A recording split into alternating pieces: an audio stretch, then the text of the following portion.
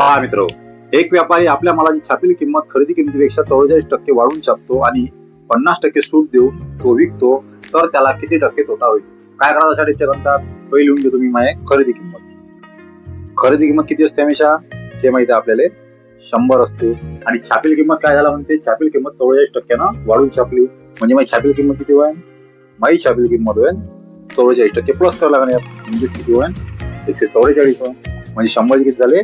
144 झाले. 44% वाढून छापली. आणि त्याच्यानंतर काय झालं? त्याच्यावर 50% डिस्काउंट म्हणून ती विकली. 144 50% कसे करा? डायरेक्ट अर्धे करायचे. 144 अर्धे केले किती राहते? 72 राहते.